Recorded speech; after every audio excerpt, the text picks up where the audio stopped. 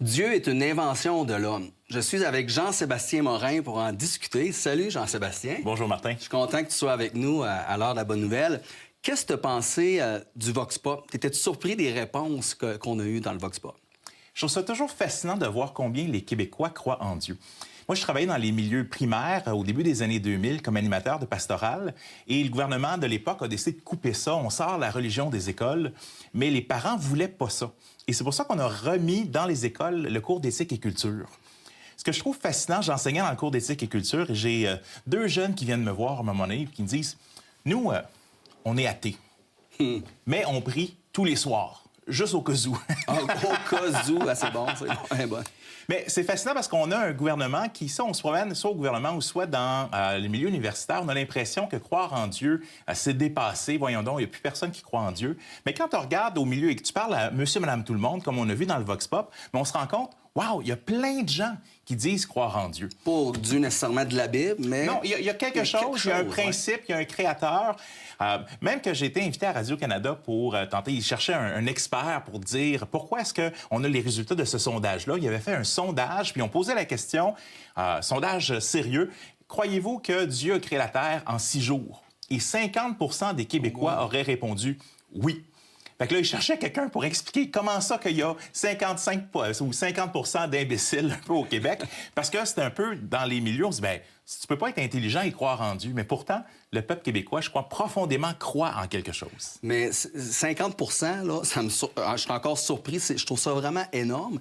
Mais tu sais, on est aujourd'hui, dire qu'on croit en Dieu, c'est pas populaire. Alors, comment t'expliques une statistique aussi élevée, 50 quand même?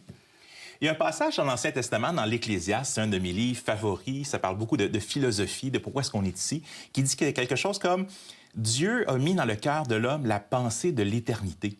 Et même le verset continue, il dit « Même si l'homme ne pourra pas tout comprendre, il y a au moins cette idée de dire, l'homme va dire « Il doit y avoir quelque chose ». Fait que Dieu, à quelque part, a mis des indices dans notre monde, dans notre cœur, pour nous faire dire « Cherche, il doit y avoir quelque chose ». Pour nous faire regarder en haut, finalement. Un de ces indices-là, c'est donc cette idée de il doit y avoir quelque chose, la vie ici-bas, il doit y avoir plus que ça. Un autre indice, c'est les commandements de Dieu. Souvent, peu importe la société dans laquelle que tu regardes sur la Terre, ce qu'on a dans les 10 commandements, les gens vont arriver avec quelque chose de très semblable. Pourquoi? Parce que Dieu a aussi mis la conscience dans notre esprit. Donc, on a une idée d'éternité. On a aussi un compas moral qui est très semblable les uns des autres. Fait que ça fait déjà 2 indices. Puis un troisième indice qu'on peut voir aussi, on va le voir, et j'aimerais le lire dans Romains, chapitre 1, il nous est dit ceci. « En effet, les perfections invisibles de Dieu, sa puissance éternelle et sa divinité se voient fort bien depuis la création du monde, quand on les considère dans ses ouvrages. Ils sont donc inexcusables, puisque, ayant connu Dieu, ils ne l'ont pas glorifié comme Dieu, ils ne lui ont pas rendu grâce, mais se sont égarés dans de vains raisonnements, et leur cœur sans intelligence a été plongé dans les ténèbres.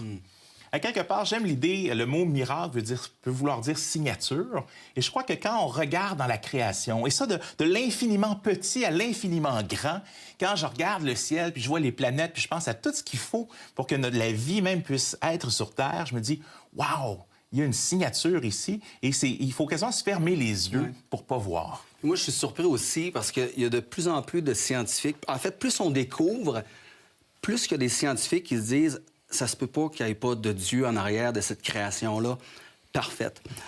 Mais tu penses quoi de cette croyance populaire « Dieu est une invention de l'homme » ?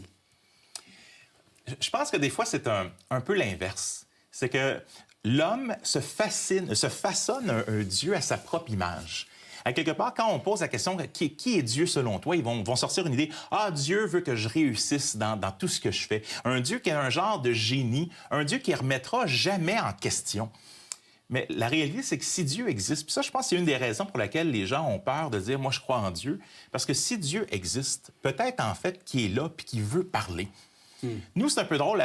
On a, par exemple, dans la Bible, on dit c'est la parole de Dieu. Mais nous, des fois, les Québécois, on est drôle. On va être assis à côté d'un chef cuisinier extraordinaire, puis on veut pas le laisser parler. On veut plutôt... Non, regarde, parle pas. Moi, je veux te dire ma meilleure sauce à spaghetti.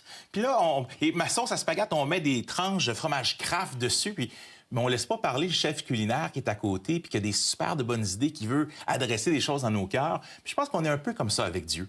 On se dit, même si j'avais des preuves, puis je l'ai déjà entendu, même si j'avais une preuve que Dieu existe, je suis pas sûr que je voudrais croire en lui, parce que ça m'amènerait peut-être à me poser des questions. Oui, puis ça nous amène à dire, si Dieu existe, bien, je vais devoir le rencontrer un jour, je vais devoir y faire face. Et on veut pas ça. Hein. Et quand tu y penses, des fois, vous parliez plutôt de l'idée de beaucoup des religions humaines, c'est des tentatives de faire sens un peu des questions que nous avons. Puis en même temps, ces religions-là sont des tentatives humaines de répondre à ces questions-là. Mais quand on regarde le message de la Bible, il y a quelque chose, c'est un scénario qu'on ne peut pas penser.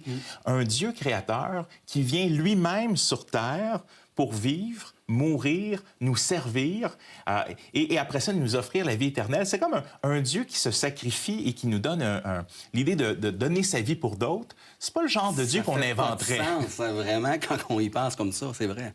Je veux te remercier, Jean-Sébastien, d'avoir été avec nous. Alors, Dieu n'est pas une invention de l'homme. Dieu est le créateur de l'homme. Et Dieu, il veut entrer en relation avec nous. Et il peut le faire à cause du sacrifice du Seigneur Jésus qui est venu sur cette terre, qui a marché et qui a été sur cette croix pour nous, pour nos péchés. Et c'est à lui qu'on vous invite à aller. L'heure de la bonne nouvelle, en collaboration avec le Messager chrétien, vous offre gratuitement le livre de méditation quotidienne La Bonne Semence. Pour en recevoir un exemplaire, écrivez-nous à l'heure de la bonne nouvelle, casier postal 33012, comptoir postal Thibault, Trois-Rivières, Québec, G8T 9T8. Vous pouvez également nous joindre à info@hbn.ca ou par téléphone 1-866-509-1319.